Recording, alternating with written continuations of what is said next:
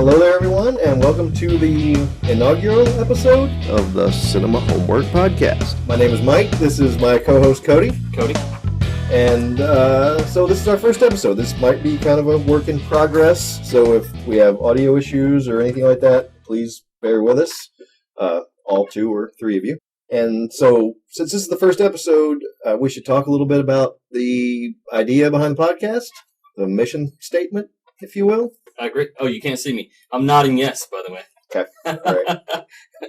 So, the idea is that we are going to assign each other films to watch that the other one has not seen, and then we will discuss and critique and just have a general little chat, and hopefully it'll be somewhat entertaining. I don't know. Oh, wait, you can't have seen it? Well, ideally, you shouldn't be able to have seen it, I would think.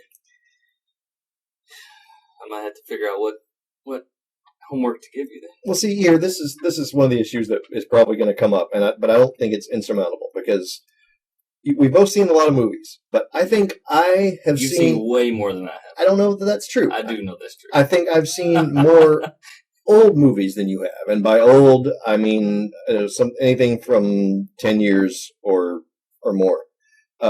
I think you've seen a lot more recent films than I have. I think you've seen a lot more movies that have been made since... Like Transformers 2, 3, and 4. Transformers 2, 3, 4, and there's apparently a 5 happening. That's a 5 being shot right now as we speak. I saw the first Transformers movie. A friend of mine took me to see it in Savannah, Georgia on opening night, and at no point during that film could I tell you what was actually happening on the screen. Explosions. I mean, I know that at some point there was supposed to be like a good robot and a bad robot on screen, but all I saw was just a whirling miasma of robot parts just flying across the screen, and that's pretty much all. Did Jablonski's score not, move you in a certain way? That was me being introduced to him, and the reason I bring that up is because going forward, he's who I pay attention to musically. Film score-wise, I think he's one of the best in Hollywood right now, or movie land, let's say. Okay, I can't say I remember a lot about the score, and I don't know if I remember a lot about the score because, like most movies that have been made in the last 10, 20 or so years, I don't remember that there was a recognizable theme. This is something that. Yes, I agree with you. That is a thing that is missing from most movies nowadays. Yeah, when we were growing up, the classic movies, they had themes. Most of them were written by John Williams, probably, exactly. Or Jerry Goldsmith, or somebody like that. But you can instantly hear the Raiders March, and you think of Raiders. You can hear the Superman March, and you think I couldn't pick out a cue. You could play me a cue from just about any movie that's been made in the past 20 years. I don't know that I'd be able to pick out. Yeah. The movie and I don't know when that stopped and why it stopped. I'd like that to come back. Well, I mean, there's probably 2 or 3 or 4. I don't know how many. There's a lot more movies made nowadays. There are. But I think the problem is we look at the movies in the past almost as if they're like the only movies that were made. You know what I mean? The movies we remember and love. It's almost as if those are the only ones that were ever made. All the other crappy ones that we don't remember, that didn't have themes that stick out in your mind, they're not there in your memory right now. So what you're used to is that 1 or 2 iconic thing from 82 and 83, and the iconic film from 85 and 88, right? Right now we're seeing a movie. Well, I used to see movies like once every other week. Right. Which is another reason why you've probably seen more recent movies than I have. Yeah. So, I mean, there's so many movies made nowadays, but I guess what I'm saying is the ratio is probably about the same as it was back then. Meaning, you will every now and then have a great film that has a great score, a great theme, but that's if you've seen it. You haven't seen a lot of films, not like I have, I guess, as recent. No, that's the last 5 or 10 years. That's probably true. It just seems like that's a part of a style of filmmaking that is no longer in vogue for whatever reason, or a style of composition that's no longer in vogue. It might just be a lack of talent. It could be that. I mean, you name two composers, right, who dominate the theme world, if you will. Name three more. That are just composers, period, or that dominate the composers who created a movie theme that as soon as it plays, you go, yeah, that movie. John Carpenter. You can instantly recognize a John Carpenter theme. Halloween, Escape, The Fog, all those movies have recognizable motifs in them. I am struggling to think of another one. What's his? I'm trying to remember his last name. I know his first name. Ennio Morricone. Okay, Ennio Morricone. Yes. All right. So there's obviously, another. He's a big influence on Quentin Tarantino nowadays. Yes. Actually, I think he used him in the last film. And I'll say, I can't think of his name. He scored, not Lalo Schifrin. Lalo Schifrin's coming to mind. I don't know why, but well, it just seems like most movies nowadays rely on soundtracks, like songs and musicians. Heck, even Batman, beloved 1989 Batman, is more known for Prince than it is for Danny Elfman's score, even though the theme for that score is instantly recognizable. And, that's probably the last one. That's the last one that I can think of. Maybe that. Edward Scissorhands. I don't remember the theme to Edward Scissorhands. I remember if it starts playing, I might recognize come right back to you. I remember the Batman theme, and I remember the Jurassic Park theme. And so that you've got Danny Elfman and John Williams there. But those, I think, as far as I can think of off the top of my head, those are the last two that I remember that actually had some sort of, recognizable theme or leitmotif or whatever. Sure. Whatever. I mean, you would think like an Iron Man or Captain America, these movies that were making one after another would be instantly recognizable. You would think. And I can't think of one single piece of music from any of those. I love those movies. I can't think of a single piece of music from any of those. And I'm sure there is one. I'm sure if we had listeners, somebody would probably tweet in or write in and say, hey, do you remember this piece of... Iron Man would be that specific little piece, from the actual heavy metal song. Iron Man. The Tony Iommi riff, which was used in all the trailers and everything. It's not technically the theme to the movie. It's not the theme of the movie. So I don't know. But I don't know. The film you picked out for today back to theme. Also so the theme does not have the piece of music, at least. It didn't have any. There was nothing in that film that said, I am an amazing piece of music that you will associate with this particular movie. I agree. And so we got off on a little bit of a tangent there, but let's go back to the theme of the podcast, which is for our first episode, I assigned Cody a movie that he had never seen before, that I've seen, and that I personally love. And this is Equilibrium from 2002 with Christian Bale and Taye Diggs, directed by, written and directed, and Sean Bean, briefly, written and directed by Kurt Wimmer. So that's the movie we're going to talk about today, is Equilibrium. And I have not talked to Cody since he's watched the movie. Emily Watson as well. Can't forget her. Emily Watson is in the movie.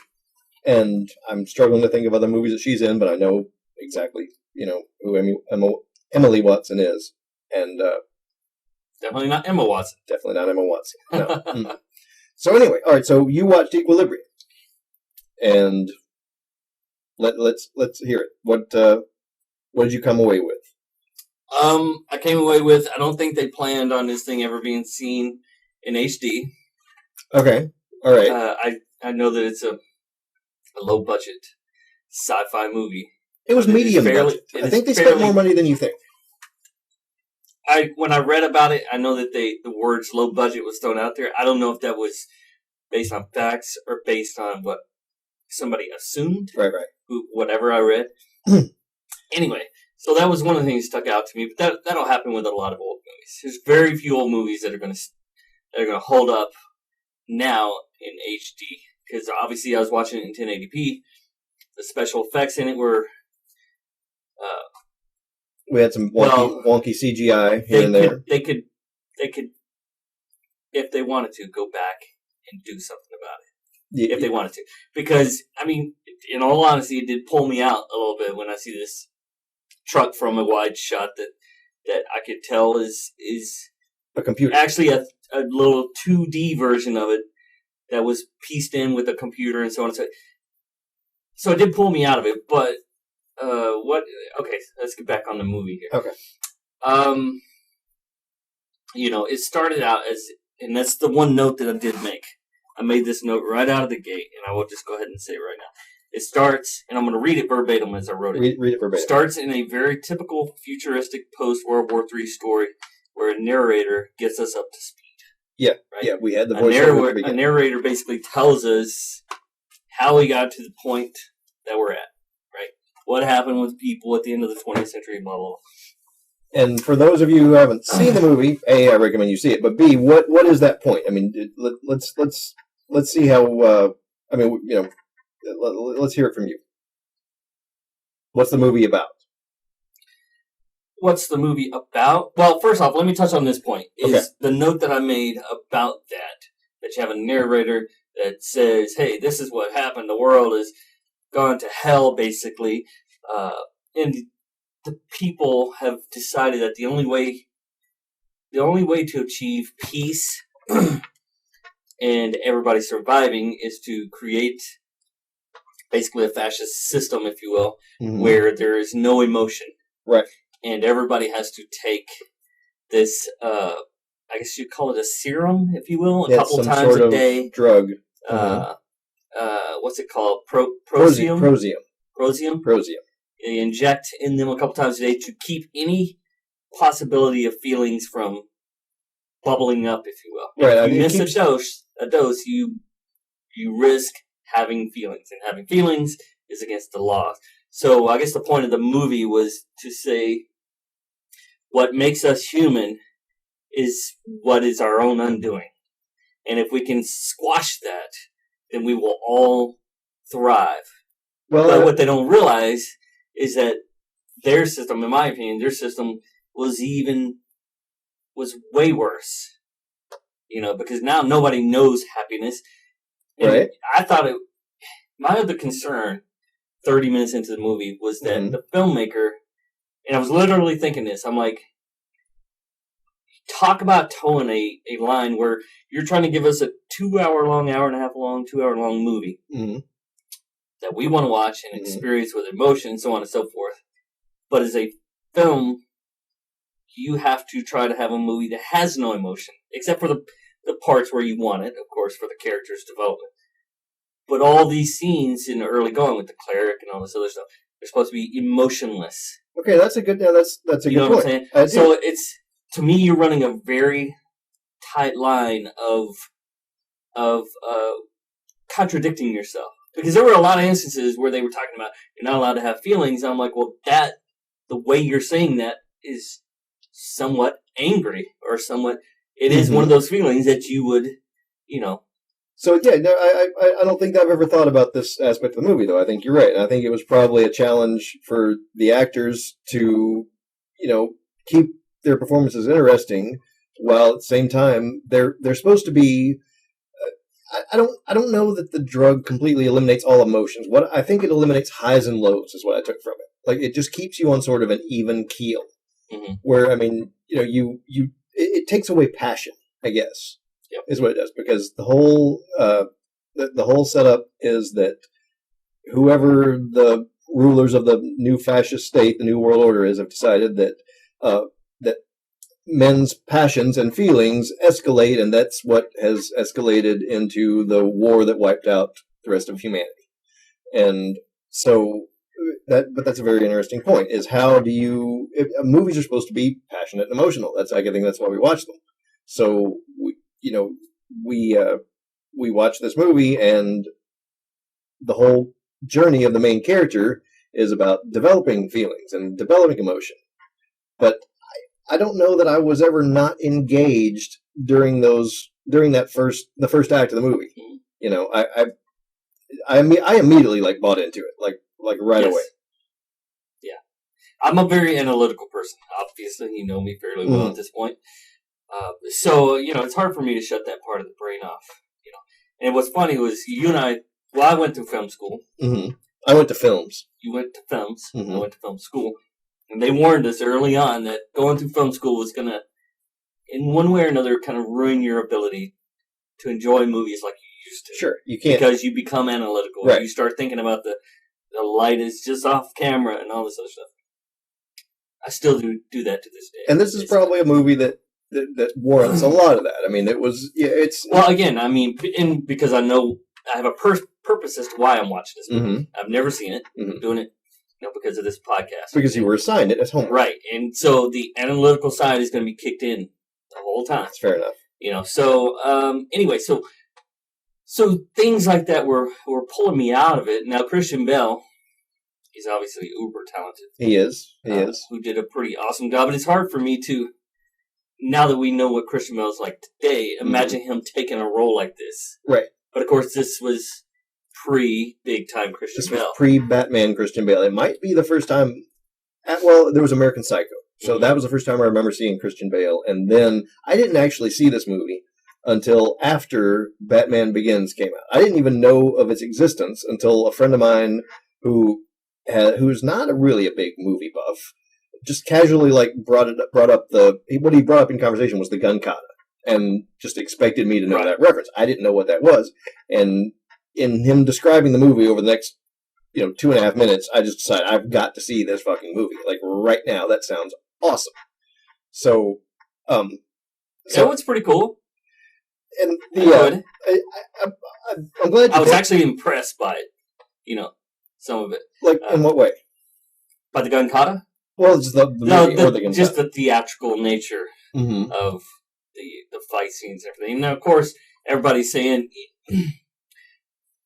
I haven't read much about this. I mean, just brief little excerpts here and there. Mm-hmm. But a lot of people talk down about this movie because it clearly, and I'm using air quotes here, it clearly rips off Matrix 1984, Fahrenheit 451. It's sort of Fahrenheit 451 meets the Matrix. It steals all these things, and even shot for shot, I've heard, I haven't gone and looked at any of the evidence, but I don't know that that's necessarily a bad thing. I mean, nobody is doing anything that isn't in some way, shape, or form inspired by something else, in my opinion. I've not seen anything that was so original that they must have dreamt it up on the spot. No, I agree. And it's definitely a movie you could tell this was made in 2002 or whatever it was. You could tell this was made in a post-Matrix world. I don't know when it was written or conceived, but I mean... I would have actually thought it was pre-Matrix, just based on the level... Based on the filmmaking just based itself? on what it looks like. Okay. You know what I mean? That's what I would have thought. Now, unpopular opinion here, potentially, but I actually like this movie better than The Matrix. And I like The Matrix. Well, I like the first Matrix more than this one. Okay. But I like this one more than the other two Matrixes. Well, the other two Matrixes were pieces of shit. Yes. And worse as it went. And this is... All right, this sort of ties into why I feel that way, because the first Matrix, it was... When it first came out, it was heavy, and it had deep, deep concepts. And I agree with that. It was an interesting, intriguing movie, but I always thought that a lot of that implied philosophy or whatever in the Matrix was sort of window dressing, and I wasn't completely confident that in the second and third movie that they were actually good. I didn't know that they had a second and third movie in mind when they made that movie, I guess, is what I'm trying to say. And so it seemed to me like they, were kind of struggling to put some new clothes on the Emperor and make it look like this was, some huge, deep philosophical statement they were trying to make over this trilogy. I never really bought. I thought The Matrix was a fun kung fu sci-fi movie, but I never really bought into that part of it. So now this movie, Equilibrium, while it's very similar in style, I'd say more than anything else, maybe not structure, but this movie has a very simple point to make. It's that, we are creatures of emotion, and art is beautiful, and life is beautiful, and, the way that people in power try to keep themselves in power and keep the masses down is by oppressing that. And it's very simple. It doesn't pretend to be much more than it is. It maybe has more pretensions than your average low-budget sci-fi movie, but, I don't think it was trying to be too big for his britches in a way that I sort of thought The Matrix was. Right. And yes, you're right. This movie is not... There's not a lot of originality here, with the exception of the most original and most defining feature of this movie, which was the fucking Gun-Kata, which is fucking amazing. Yes. And, I mean, I've probably gone back and watched just the action scenes in this movie 100 times more than I've watched the actual movie itself. Right. And so I like that they didn't hammer it home as to why that was an important part of the movie. I mean, they touched on it. You know, there was a brief little scene where you see it's almost like this instructional video that's teaching these guys that where Angus clerics do what they do based class, on angles right. of so on and so forth. But they didn't like hammer it on over your head repeatedly like this is going to be, you know, an amazing fight scene because this man is just humanly amazing. No, it's based on their society and their theories and everything. Right. They've come up with a theory that it's all science-based, all math-based. It allegedly, yes. I mean, the idea within the movie's universe is that over thousands of hours of recorded gunfights throughout history, which I don't know where you would record a gun, I guess news media? I don't know. Who knows? Doesn't matter. But they've determined that that there's a series of katas, which is, you know, martial arts forms, and that can aid you in evading and firing bullets. And there's a series of movements that will allow you to be the most effective marksman and also to avoid incoming fire. I mean, it's a ridiculous idea. It's just goofy as hell, but it's awesome. It plays very well on film. Plays very well on film. Christian Bale sells it very well. It's hard to say, actually. It does. Christian Bale sells it very well. Yeah. But like in like the very first scene in the movie after the little introduction, you see. Well, first of all, the little bit of trivia: the silhouette that's doing the Gun-Kata is actually Kurt Wimmer. Is actually the director. Okay. And that makes sense. Apparently, he invented this whole idea of the Gun-Kata in his backyard and came up with all the forms of movements, which, to me, that's probably like, I think the movie probably grew out of the idea of Gun-Kata rather than he came up with a story and decided to throw this cool little Gun-Kata element into it. I could be completely wrong. I don't know. But it's just, it just seems like the kind of thing that a couple of teenagers would come up with in the backyard. It almost seems like the movie was an excuse to be able to use this Gun-Kata in a way. I think that, I think so too. And which is awesome because the Gun-Kata, it's a badass idea. It's ridiculous, but it he should have been amazing. Shot like 800 times in that one scene, you know, where with the puppy and everything, and the cops. That's what I call them, cops, for whatever. The faceless goons. The faceless goons, if you will. The gun squad. They pull up on him, and they're completely surrounding him, and they're all firing their weapon all into each other, crossfire, overkill. Right. Crossfire, overkill. But he misses and dodges every bullet, and he kills every one of them by smashing their faces in. Which is how everybody gets killed in this movie, pretty much. By smashing which is a good way almost everybody's helmet explodes in some way, shape, or form. Either with his knee, or with the gun, or with the butt of the gun. Right. Which I'm still not sure what that was, by the way, where the bottoms of his gun have like these 5 nail-shaped things that kind of shoot out. But they don't actually do anything other than, I guess, he just uses it as a weapon. I think they're a close-quarter weapon. I think that's what they're supposed to be. And, you know, it's almost like it was just a focal point of the with the sound effect and the visual of shit's about to get real. Yeah. Bling, bling. And then it all breaks out. And the techno music starts up, and that's the Matrix influence stuff there. I mean, everybody's wearing long trench coats. There's pumping techno music, and it's that I'm sure that was part of the selling point of the movie at the time. But but the one scene that you mentioned, the scene where he's in the Nethers and he has the puppy in his trunk, and all the other cops or goons, converge on him. There's a couple of shots in there that are as cool as any other action sequence I've ever seen. Like there's the one overhead scene where he's, probably a 3-second shot.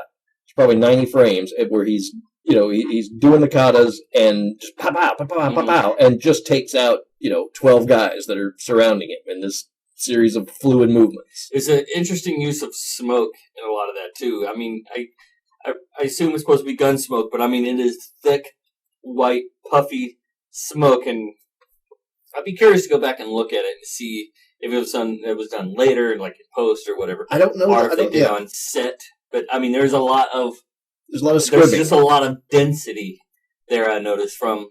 And it's visceral too. I don't think it was done in post. I don't think they had the money to do a lot of that in post. It is good texture, and it gives the movie, a little bit of, a weight to it, because it's a very, you feel those gun hits because you can almost see them and smell them, and there's the whole thing with all the goons wearing black helmets, and the way they die is they get their face mask smashed in. I mean, that's obviously a way to off 500 guys bloodlessly, because the glass shattering takes the place of gunshot and blood splatter. Yeah.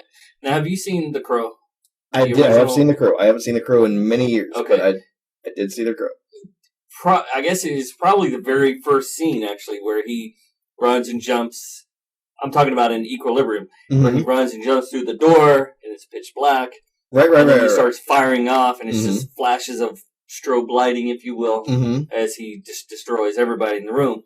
It's almost a spitting image of that scene in The Crow as well, where he's on the table.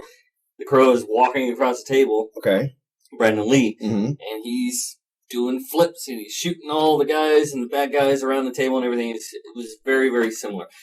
So I guess my point is that it was difficult to not allow myself to be pulled out of this movie because it reminded me of something else. Okay. All right. That's fair enough. I don't remember. I need to see The Crow again. I don't know that I've seen The Crow since. I know I've seen it at least once since it came out, since I saw it in the theater, but that's been 20 plus years ago. Yeah. So I don't know. I would like to watch The Crow again and just see how it just seems like now it would just be like watching like grunge music for 90 minutes.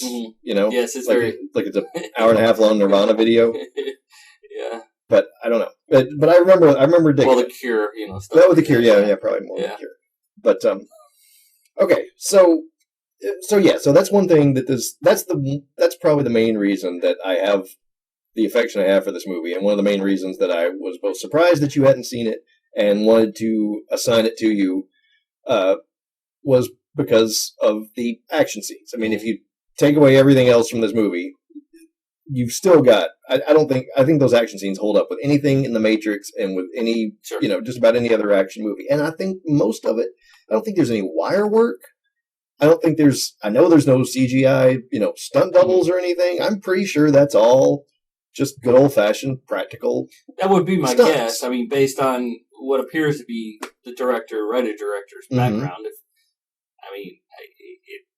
If that was, you're saying that was him as the silhouette, and that was him as the silhouette, and I think he's also in one of the scenes as like a peasant or one of the bum or one of the not bums or one of the citizens that is like in the Nethers that they're on one of the raids. I think I'm not 100% sure. I'll have to go back and listen to the So is the writer-director Kurt Wimmer? Kurt Wimmer. Mm-hmm.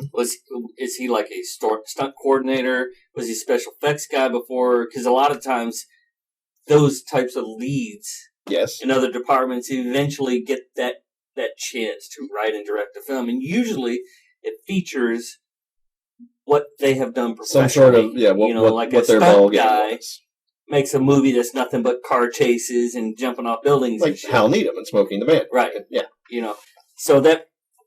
Because I'd never heard of Kurt Wimmer. I had never heard him before this movie, and so what I know of him is I think he's a writer more than anything else. I think he wrote a Brian Bosworth movie.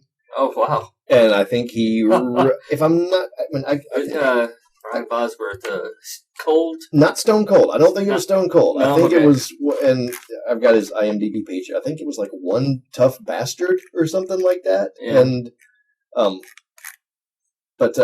I think he's a writer, and his whole filmography. He wrote.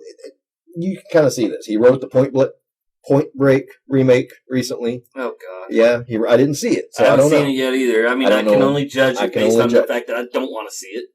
He wrote the Thomas Crown Affair remake. I guess he's got a few remakes in here. He wrote the Total Recall remake, which was super shitty. I'm sensing a theme here. Yeah. Well, he had some cool. So is Equilibrium a Matrix remake? I'm kidding. I'm just poking here. But yeah, so I mean, it looks like he's only directed 3 movies. He directed this, One Tough Bastard is the name of the Brian Bosworth movie, and Ultraviolet with Mila Jovovich. Yeah. He hasn't directed a film since. He's written a lot. Yeah, so he seems to go quite a few years between directing gigs. It looks I mean, so that's been 10 years now since he's directed a movie. And I know I saw this movie right about the time that Ultraviolet, I think, was about to come out. I think it was around 2005 or so when I saw this. And I remember being excited to see his next movie, and I remember being disappointed in everything pretty much but the fight scenes in Ultraviolet. But I also remember from his Wimmer has a commentary track on the Equilibrium DVD, and I think it was there where he talked about the fact that his form of Gun-Kata, the Gun-Kata you see in Equilibrium, was a combination of his invention and the stunt coordinator's invention. Mm-hmm. And he had originally envisioned it as like more of a fluid kind of dancey type movement. And the stunt coordinator, the way he mentions it, it almost sounds like the stunt coordinator kind of overrode him and made it, the more, very more violent. Yeah, and a little more staccato and herky-jerky that you see in Equilibrium. And in Ultraviolet, it is much more, there's Gun-Kata in the movie. They don't specifically call it that, but it's much more fluid and loosey-goosey. But I honestly don't... Herky-jerky and loosey-goosey.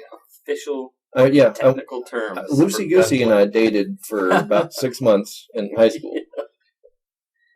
But so that's... I don't know what his background is other than that. Obviously, he looks like a, relatively fit guy just from seeing his silhouette. At least he was back then, right? At least he was back then.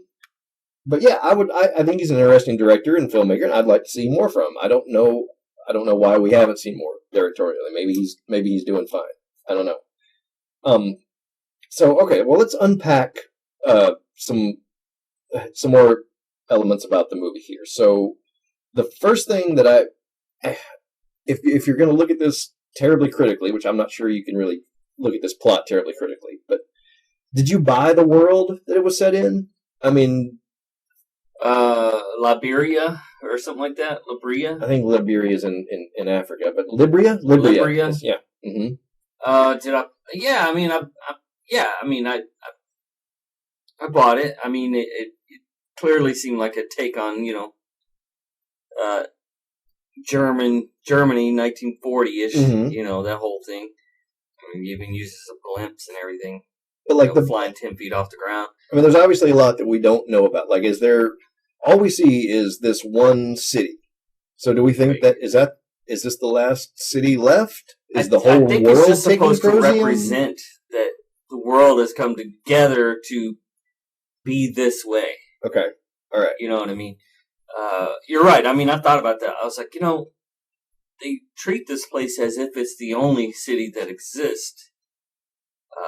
And it very well might be. We don't know what happened to the world. We don't really get... Yeah. I mean, there's a couple of shots of the city that is, it's huge. Yeah. I mean, it actually truly goes as far as you could see. It's bad CGI, but it's big bad it's CGI. It's big bad CGI. And it's actually one of the scenes that stuck out to me the most, the shot of the city, which is where he wakes up from a nightmare, looks out his window, which apparently is covered in this film, and he stands up, kind of being pulled to it by the sunlight, if you will, and then he kind of tears into this film and realizes he can see the world better, and just rips it all off. I forgot about that scene. Stares out into this golden sunset city. And this is after sunrise, probably, but right. This is after he started to feel too. This is after he started to feel, and it's like it's really starting to sink in. I think going back to the thing. Did you buy into this? I guess the city and the world. Mm-hmm. What I couldn't buy into is he was essentially just like the Taye Diggs character, mm-hmm. whereas he's a stone cold by the book, by the numbers cleric guy who is going to, if you have feelings, he's going to bust you. Mm-hmm. And his son, same way, or whatever. But because he knocks his vial off and it breaks, suddenly he's flipped upside down. Yes, he doesn't. You know what I mean? So why doesn't he pick that vial up at that self-correction, and just go in there and getting his replacement vial like the kid told him he should. Getting his dose. Mm-hmm. He doesn't. He plays out the exact same path that the Sean Bean, Mr. I guess Partridge is what he went by. Claire Partridge, if you will, goes down the exact same path. Right. As or him. what we can assume is the exact same path. Right. Which was my best guessment the very next day. Or 2 days later. Mm-hmm. So that to me was a little forced, but I find that in a lot of movies. Well, sure. And it might be my analytical side. It's, just like this whole Batman v Superman thing with the my mom and your mom had the same name. Oh my God, now we're best buddies. Yeah. Yeah. Nobody buys into that because they've got to resolve it out of nowhere. Right. This was kind of the same thing. It wasn't. Had I done this movie, if I did it well, mm-hmm. it would have been a slightly slower progression into that. I think. And I see what you're saying. I mean, the story's got to start somehow. We've got to get the plot kicked off somewhere. So I can only assume that he had been partners with Sean Bean for a good while, and seeing that Sean Bean had become a sex offender, maybe that triggered something back in his emotionally repressed mind, and he maybe had second thoughts when that vial hit the floor, and I guess we're just supposed to assume that that's what led him down that path, because that's... And there's also, I guess, we have to take his wife into consideration, too. Well, there are a couple things. I mean, the place was closed down for whatever reason. When he was standing outside the building to get his replacement, they were closed down, but he was not, conveniently closed down, but he was not determined to get his replacement vial, which normally he would be, his partner pulls up, Tay Diggs at this point, he would have turned around and said, they're closed, I had to go to the next place and get my replacement vial, or whatever, but he didn't do that, he just lied about it. But the other thing that they did, and I will give them credit for this, because, again, they didn't hit you over the head with it, but it was there. But when he goes to hide his first couple of vials behind the bathroom mirror, there is the photo, I guess, of him and his wife or whatever from way back in the day that he hid in there. So that does technically lead credence to the fact that he's apparently always had some sort of feeling and awareness of that, and chose to hide a piece of that evidence, if you will. Right, because there would be no other reason for him to, have any kind of memorabilia or because you can. It's paraphernalia laying around from his, to remind him of his marriage. Right. So, other than the two kids, there's that. You have to care for day in and day out. I don't know how you do that without love, but anyway. So I mean, I would assume that's the filmmaker's attempt to build that in there to get you thinking, okay, I can buy into him. I can buy into this part of the story where this guy suddenly has feelings, right? Because I'm giving you a piece of evidence that says he's always kind of had it in a way. I guess they even show it in the flashback a little bit when she's being arrested. Yes, he immediately comes to her, which may be reflex in his training, but I mean, obviously this is, and that sort of leads us to another thing, which is, and I don't know how much we're supposed to really dig into the plot of a movie like this, but how does marriage work in this society? Are you just assigned a partner and matched up with someone based upon, some sort of arbitrary compatibility metric, or... Right. Well, again, that goes back to the line that I was mentioning at the beginning where I mean, when you try to do a story like this, there's so many pitfalls that your film could fall into that would keep an audience from buying into it, and enjoying, or at least getting involved with the characters. Because when that character, when he is sobbing and everything out on the sidewalk, because he's just finally overwhelmed. He's overwhelmed by I was not. You did not buy that. No. I'm not saying I didn't buy it. What I'm saying is, Forrest Gump. I'm sobbing with Forrest Gump. Okay, all right. Because I get everything. I feel everything all the way up to that point. In a movie like this, you're hoping to be able to do that.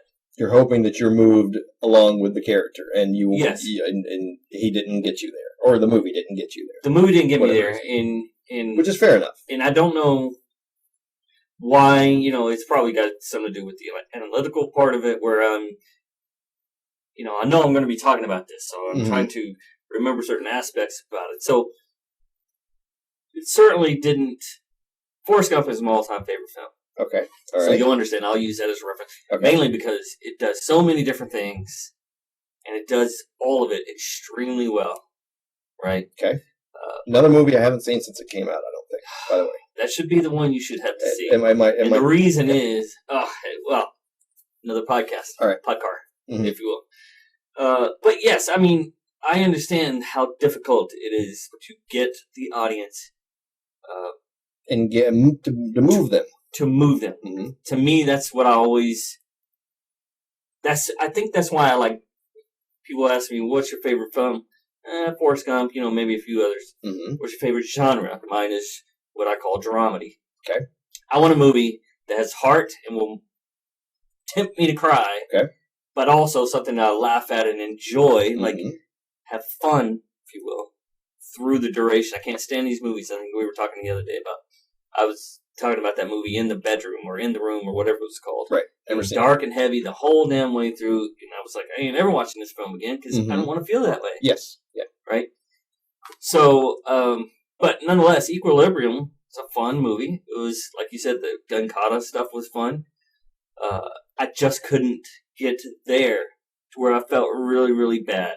And that's fair enough. Or sad for him. I guess as long as it gets you to the point in the story where as long as it doesn't really pull you out, as long as you buy his motivation enough to get from point A to point B, and for I guess that at that point it's Act 2 really going into Act 3, and when all the shit's going to go down, then that's fair enough. And that, and I kept trying to understand what side of it he was really on, because it did start creeping into my mind a little bit, like maybe, like clearly he is having feelings and all this stuff, but then again, maybe he's faking everything in order to get to the underground, right? Okay. And to be the ultimate cleric, and maybe he will ultimately be the bad guy of this movie. Okay, that'd be interesting. Yeah. And I never thought of it, but I thought, well, maybe that's how it's going to go down. Really? Because I was trying to rationalize, why is he suddenly doing all these things and having feelings when he's resisted it for 30 straight years of his life? Right. When you have to imagine there would have been other points in his life where he was probably more vulnerable and receptive to something like this happening, and it hasn't happened yet. Right. He was just more disciplined, and he suddenly became undisciplined.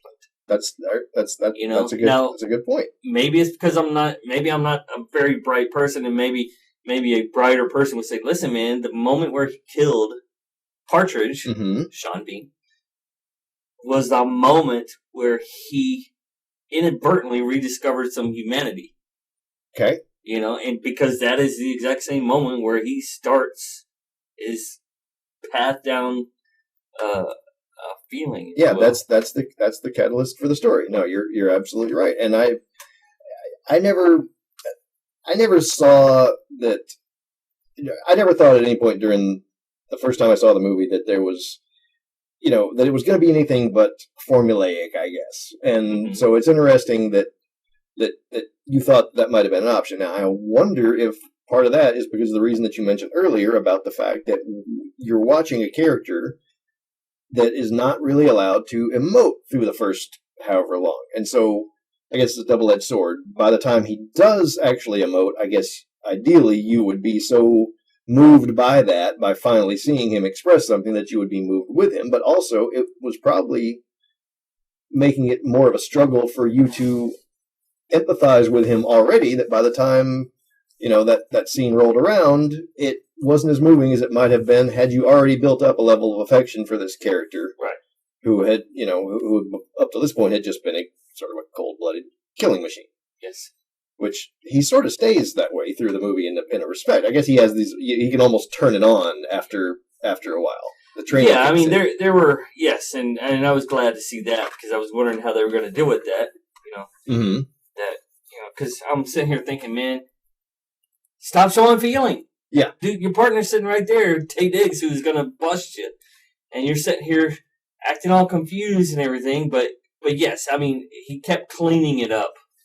You know, there, like I said, there were instances where I could see that, you know, the characters are supposed to show no feeling, but in carrying out a scene are showing, in my opinion, certain feelings that contradict the point of the story.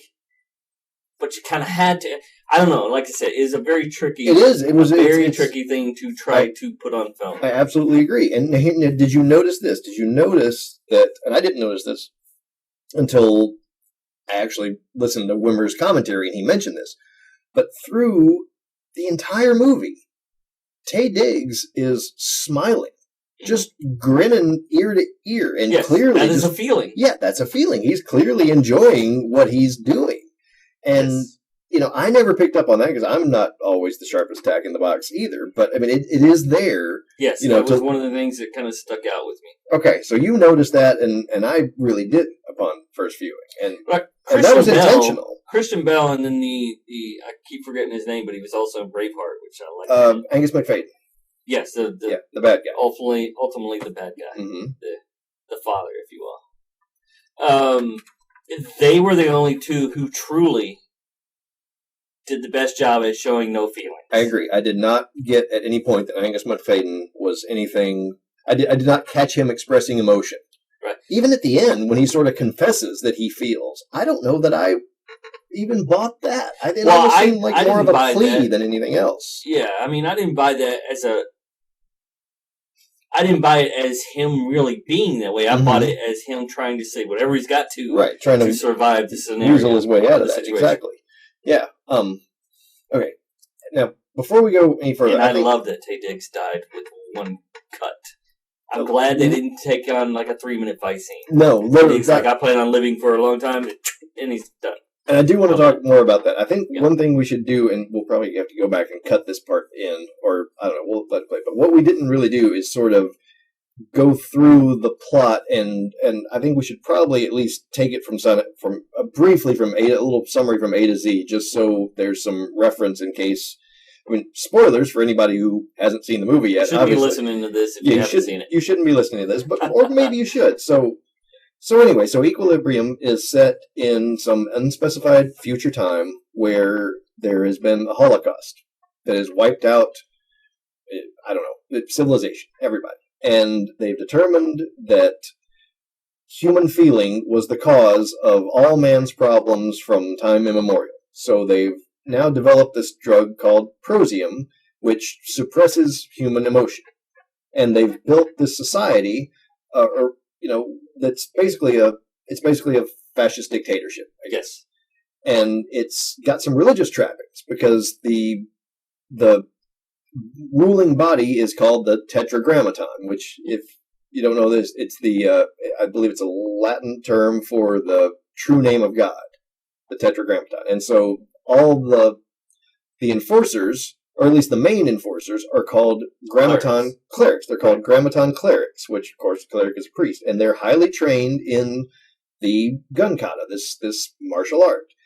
And so Christian Bale he's the best around. Nothing's ever going to keep him down. He's the best cleric in the world, and he's the most proficient fighter. And he has a partner without the crane kick, though. Without the crane kick, he doesn't have that. He could use that, but he could have used that.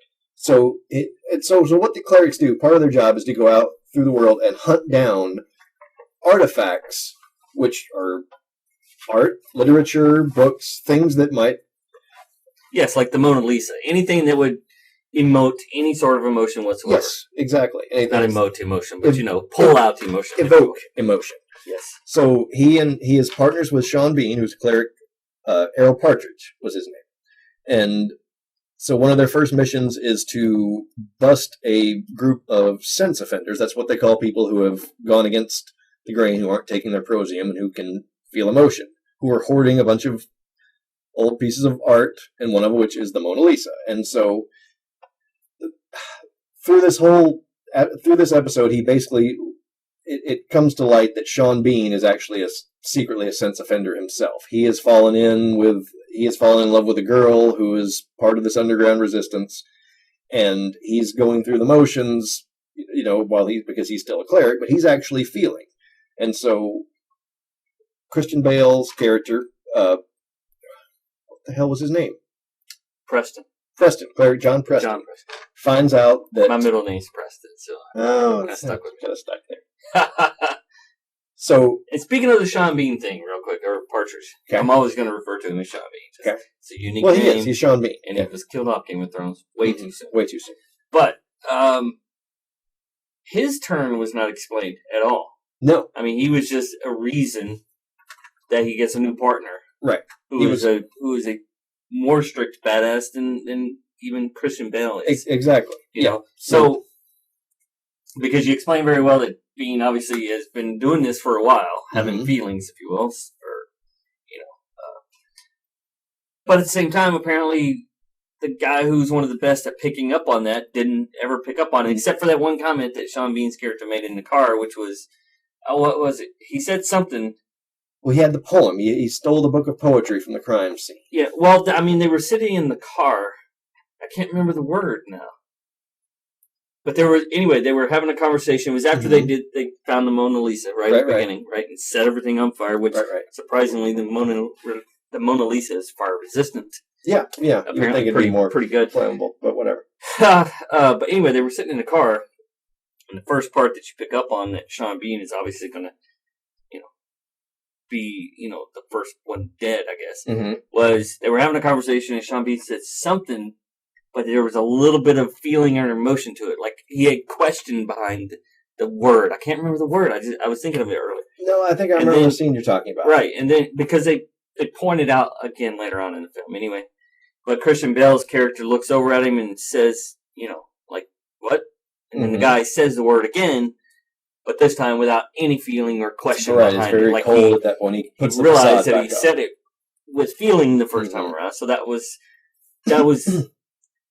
then what led to them, a little bit later on, Sean Bean's reading a poetry book or whatever it was. Right. Christian Bale finds out that Sean Bean's a sense offender. He goes and he executes. Because he didn't put the evidence evidence. Yeah, he didn't turn in the evidence. That's right. And so Christian Bale begins to have suspicions about that. He asks the clerk at the evidence room if Cleric Partridge turned in this book of poetry that they stole from they pocketed from the scene where they busted the sense offenders. And again, the clerk at the evidence room was dangerously close to feeling because he was getting frustrated that John Preston was questioning the fact that he wasn't reading the book properly. That the evidence should be here, and the guy's like, it ain't here, or it's not here. And I don't think they use the word ain't at all in this movie. That's possible.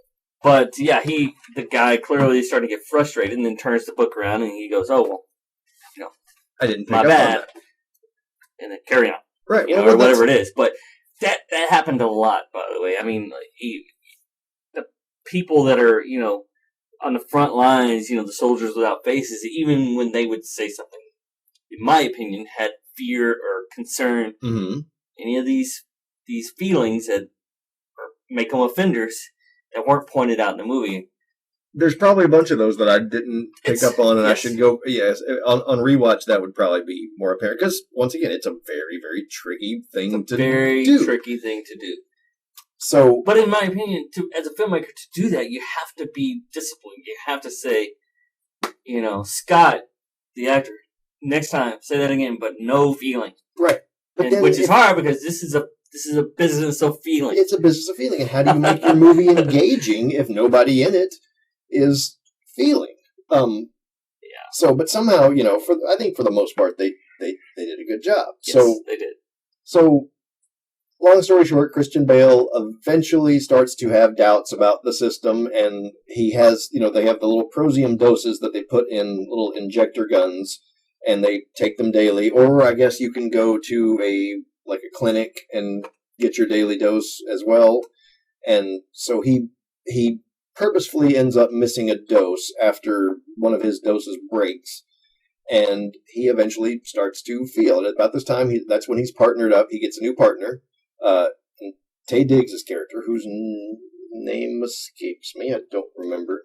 Taye Diggs. What? I just refer to him as Taye Diggs. Well, he's Taye Diggs. Oh yeah. So cleric Taye Diggs becomes his partner. Yeah. He's very, he's very gung ho and wants to be, wants to be the best. But he's going to make his career. He's going to make his career with John Preston. And so the whole time there's also the face of this totalitarian society is named Father, and he's just an image he's a face that you see on screens, on big high definition screens throughout reminding the city. Everybody that life is perfect, right? By not having feelings, and by towing the line of the law. Exactly. Do not pass go. Do not have any fun. Do not think. Yeah. And great job on doing that. Yeah. Without feeling. You're right on, kiddo. So the whole movie comes down to Christian Bale's struggle against this system as he begins to feel more and more, and he's so it's a one man against the system story. It just happens to be in this particular story, more than most, I would even say, this man is probably the most dangerous man in the system. And because here's another interesting thing I found about this movie that I don't know if you really picked up on. I didn't really pick up on it at first, but at no point in this movie does any of the enemies or antagonists that he faced ever pose any kind of a challenge for Christian Bale. He just mows through everybody. Correct. I mean, he's like Steven Seagal. I mean, the final guy, what was his name? The actor? Angus McFadden. Angus McFadden. Or McFadden. I'm not sure which one. Yeah. Well, he poses somewhat of a threat because they're doing their little dance off with Gun-Kata, and they're very well balanced. Mm-hmm. He obviously loses, but he was the only one who ever really put up any sort of a fight. Right. And so you don't ever really see, it's you got the whole thing that you're taught as a filmmaker to Act 1, throw your hero up a tree. Act 2, throw rocks at him, and Act 3, you get him down. Well, technically, in the scene where John Preston is practicing, and then cleric Taye Diggs suddenly shows up out of nowhere and essentially kicks his butt, kind of back and forth. No, that's true. They did have a little. It was a bit of a challenge, but he didn't. He ultimately won, I guess, the encounter, if you will, because the last moment he's showing him that he's got a stick between his groin, and saying, "Hey, I ultimately won this battle because you're going down." It does the old Gurney Halleck, old Patrick Stewart in Dune thing. And Taye Diggs tapped out, technically. Right. I mean, he tapped him on the shoulder. That's it. So, I mean, yeah, you're right. And I found that interesting. I also found interesting that through the whole movie, there's a lot of sword fighting in the movie, along with gunfighting. And Preston always holds his sword underhand. Did you notice that? He doesn't hold it traditional samurai or baseball that style. It's all he fights underhanded. I don't know if that's some kind of commentary or I don't know. I mean, Taye Diggs, when he lost very, very quickly in the final scene, he was holding it. He was upright. He was holding it right. I don't know. I mean, I haven't seen the commentary, but does the filmmaker mention Akira Kurosawa in any way? Because I know there's a lot of samurai type stuff, and a lot of samurai happens from that type of position. I don't remember him mentioning that. I know he did point out the fact that he fought underhanded every time, but he didn't. Only as like a stylistic thing. He might have talked about some other. It may have strictly just been style. It might have been. I mean, a lot of the scenes where Christian Bale's character is grabbing guns out of other people is very theatrical. Yes. Very like flippy and flippant and kind of whimsical almost. Right. Yeah. It's a fun movie too. I mean, it's not super heavy, and I don't even think it's as heavy and oppressive as like The Matrix is. I mean, it's not. And which is another thing I liked about it. It's aware of its own campiness. Not silliness, but it's aware of its own. Gosh, I don't know what you would call it. Out there-edness. No, it's sort of self-aware. I'll give you that. It's a bigger than life fun movie. It's a parable. I mean, the whole thing's it's a parable. And that's that part where he, again, he's back at what is it? The Nethers. The Nethers. Mm-hmm. Isn't that in Batman, by the way? That's the Nethers. Narrows. The Narrows. That's right. Okay, Nethers may be World of Warcraft. You go down Charlotte a little ways and you get. Yeah, but the part where after the puppy's in the trunk and the guards standing all around him and he reaches up and he smacks the guards' guns, which do like both guns do this 180, and he grabs them and then blows her face mask off, if you will. I'm curious as to how the guns can do that, but it was shot well enough and it was edited and acted well enough to where... Yeah, you didn't... I mean, at the time, I didn't question it. They actually show it later on again, I think. Maybe when he's thinking back on it or something. But anyway, it was later on when I thought about the fact that I remember seeing the guns just kind of spin. Yeah, the first time I watched it, I had to... I mean, I was blown away by the action sequence itself, but then I do remember going back, and I think it might have even been on VHS at this point that I did this, going back and seeing, okay, well, what the hell exactly happened there? And the guns have two handles. There's the trigger handle, and there's another little, I guess, bracing handle up under the stock, and that's what he sort of hits the muzzles of the guns, which flips the guns around, and then he grabs the trigger handle and blows the two guys' faces off, which... Again, ridiculous. There's no way it could ever happen. But it was all they had to do was duck, and that's all. Fine. Or just drop the weapon. Who knows? Because there was even time too. There was, it was very stagey when he did it. It wasn't like one fluid movement. It was like a pow, and then there was enough of a reaction. I think there was even a reaction shot, but nevertheless, those guys had to die. So at that point, he comes across a puppy in the Nethers, and he tries to save the puppy, and that's how we get into that action scene. And that's another thing that it shows how far he's progressing down this down the path of feeling, where he saves this puppy. The rabbit hole of feeling. The rabbit hole of emotion, and he kills 40 guys to save a puppy, which I think probably a lot of people would say. The puppy shows up at the very end. Puppy shows up at the end. Yeah, I think a lot of people would say that's probably justified. And then, so at some point, I remember he gets called in to the boss's office, to Angus McFadden's office, and you think that he's been found out. You think that he's, they've picked up on the fact that he's feeling, but really... And he should have, because of all the cameras everywhere. There's no way they didn't see it. But. And you find out later that supposedly they did. They knew they were entrapping him at this point, but they tell him to go underground and join the resistance and wipe it out once and for all, because there's an underground resistance movement, like we said earlier, that hoards art and protects their own, protects other people who aren't taking their prosium. And so, and one thing, now here's the one thing that I think was kind of out of place and weird in the movie, is the fact that there's psychics, that the head of the underground resistance what's the actor's name? William Fichter. Mm-hmm. So he meets the head of the underground resistance, and he's in Armageddon and stuff like that. Yes, he's in, exactly. But he's a psychic, and he can. I don't know why they had to have.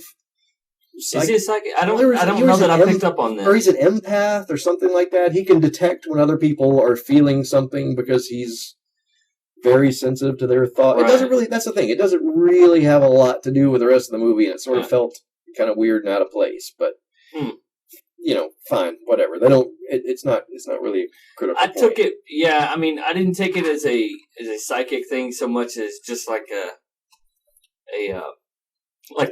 cleric thing, where they have this special skill for detecting feeling before the person actually has a feeling, type of thing, like the Tay-Diggs character. Okay, so it's sort of the inverse. That's how I took it. I didn't. Now I may have missed it, and maybe there's a psychic quality to it. But I didn't.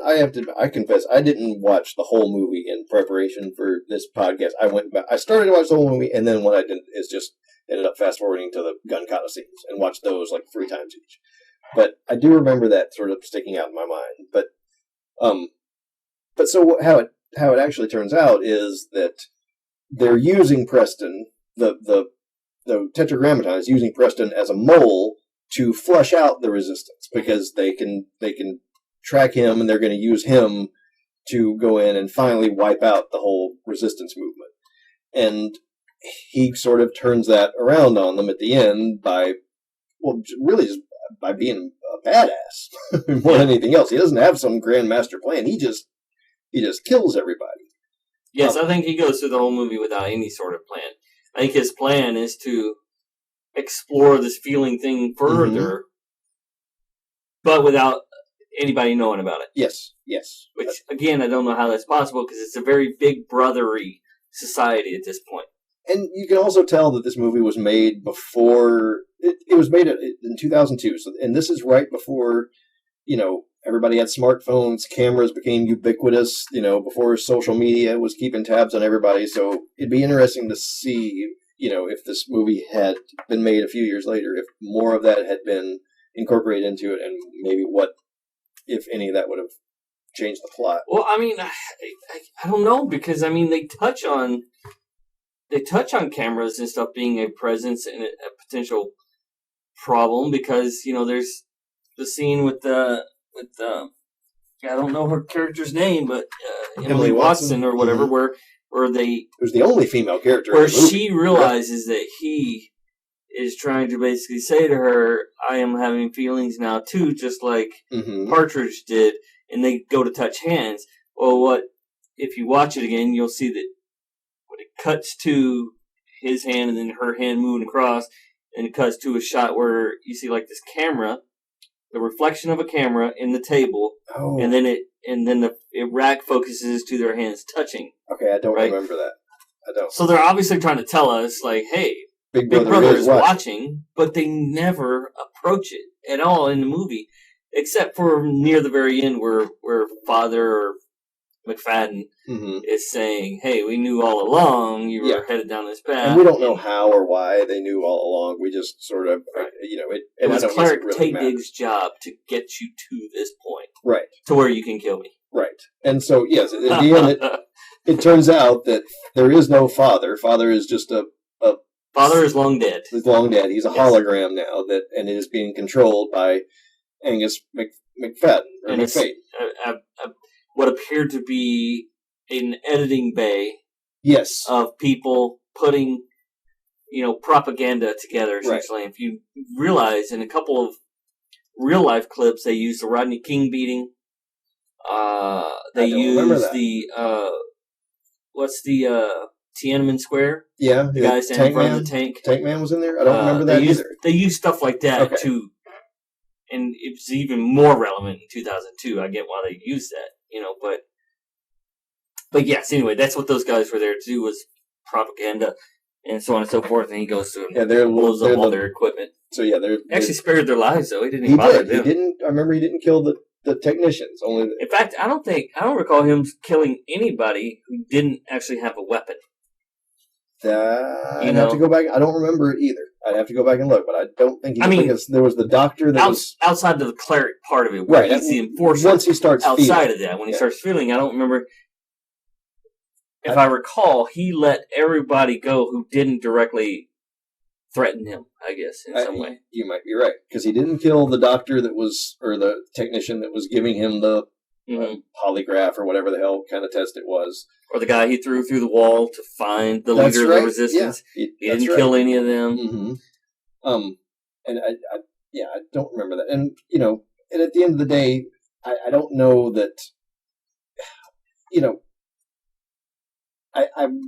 the thing that I really took away from the whole final, revelation that Father is no more and that Angus McFadden is really the figurehead controlling this, I don't know how much that really ended up mattering to the plot. I mean, I guess you could really have just swapped Angus McFadden for the actor that was playing Father on the screens, and I don't think it changes the story a whole lot, other than it's just one more level of deception, I guess, that they're presenting to the world, that there's, Maybe the guy playing the Father passed away during the filmmaking, and they had to figure out a way around it. Well, the guy that's playing the Father, that's actually Sean Pertwee. You've seen him. So he's still alive, though. He's still alive. Okay, so that's not it. That's not, so it wasn't that. No.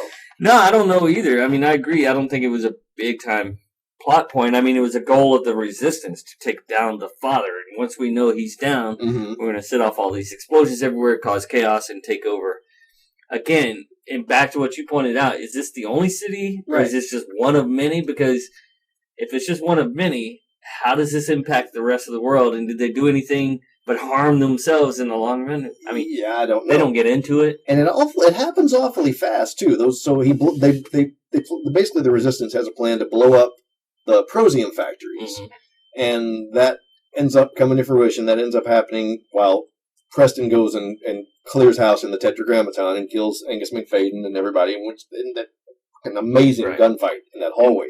And blowing up those factories, if I heard the dialogue right, was to allow people, everybody, enough time to be off the Prosium enough to where their feelings start coming back, and maybe that's enough to change the entire situation. Yeah, for everybody to start rebelling against the system, because they assume that if everybody, just wakes up a little bit, that it literally happened. You saw the explosions going off, and then 3 seconds later, there's men rushing all the Grammaton guards with guns. And the Grammaton guards didn't even move for about 4 seconds. There's people flooding in, and then they go, "Oh, crap! There's some bad guys right here."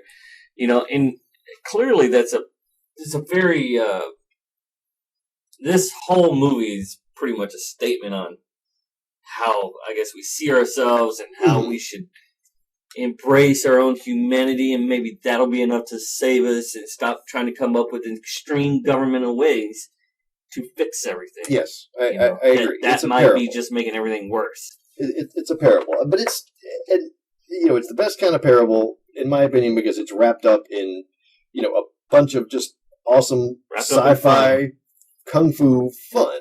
And like I said, that's one of the reasons that I'm not going to say it's a better film than The Matrix. I personally enjoy it more than The Matrix because I just think it's more effective in getting its message across, and it's less heavy-handed. I mean, if I asked you, you've seen all those Matrix movies.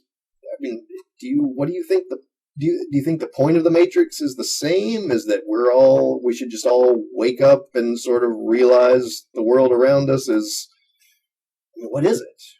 I can tell you what the point of this movie is. I think The Matrix is less humanity-based compared to Equilibrium. I mean, Equilibrium was almost specifically about,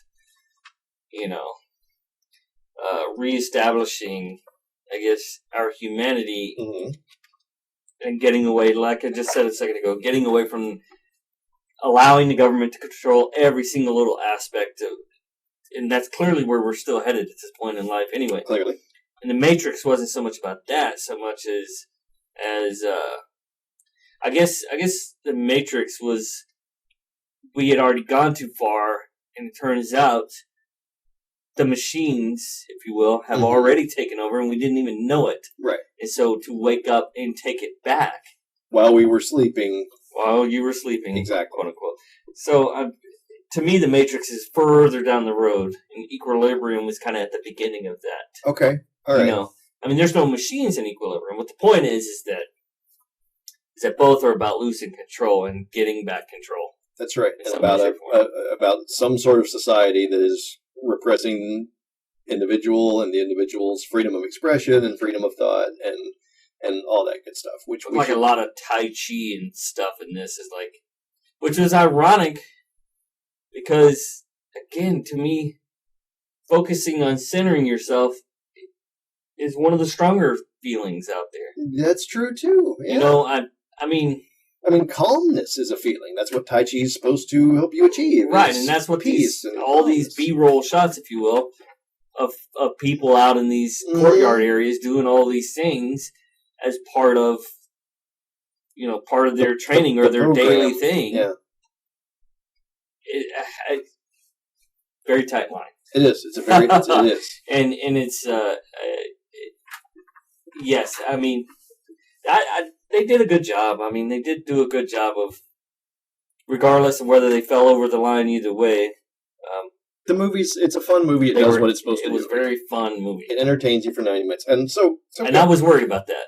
To be honest, I was worried that I was just should I just fast forward through this? Am I going to get bored or whatever? And I stayed dialed in the whole time. You did your homework. I did my homework. Okay. The dog did not eat it. Wow. All right. Okay, so that's Equilibrium then. I think that's probably as much as you could or should ever really unpack the minutia of that movie. So now I guess it's my turn. I have to be assigned something. You have to be assigned something. Well, and I forgot about the fact that I was thinking more of terms of maybe being disconnected, not so much as having never seen it. Mm-hmm. Okay. Right.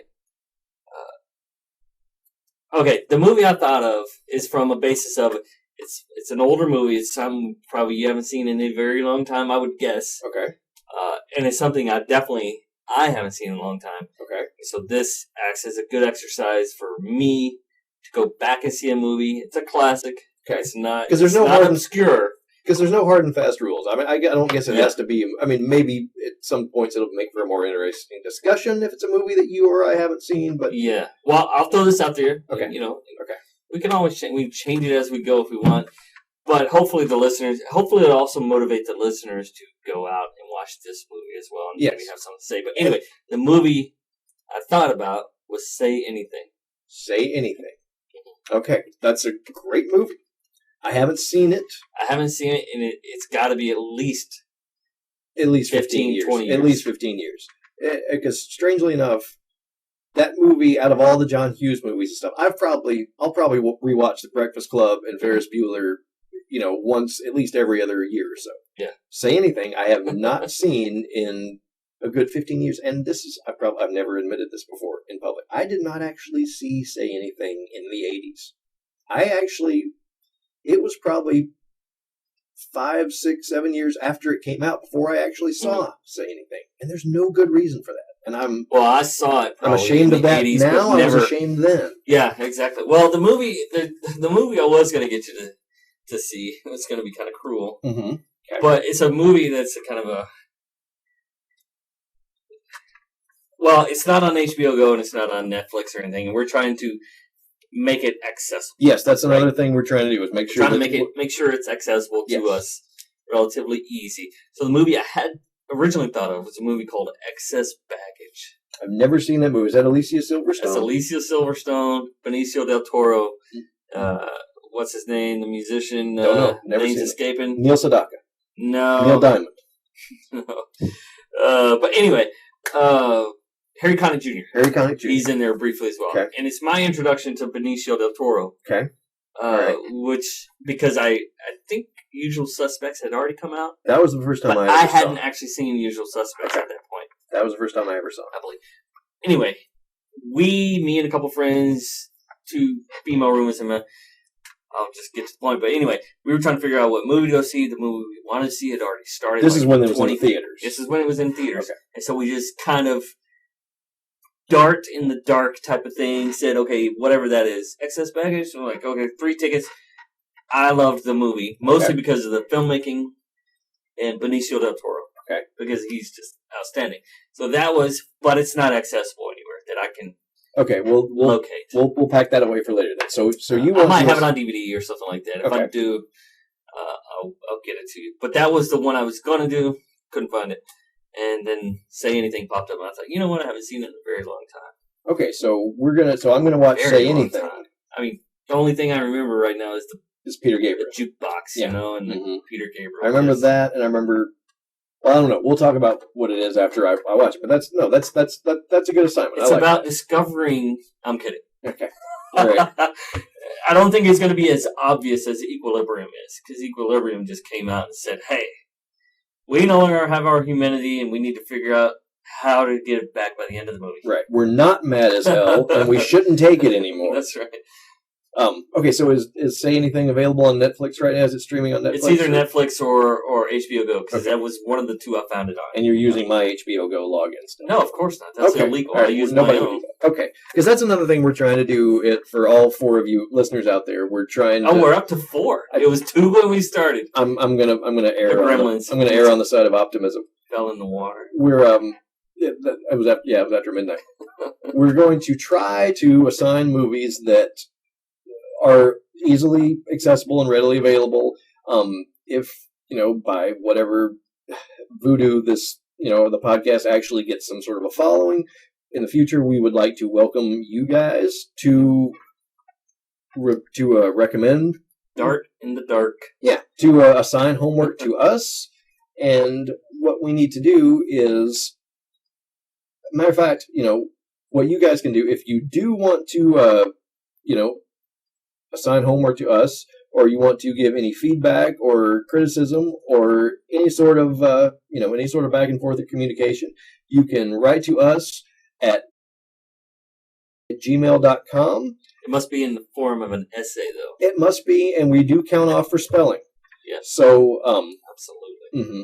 So, you guys feel free to send us in your recommendations, and we're gonna, we'll see how it goes, but ideally we'll set up maybe a Twitter account or something like that. I don't know how you do Twitter. These things. The Twitters. I can handle the technology side okay. of things. All right. Well, that's probably good. Movie homework.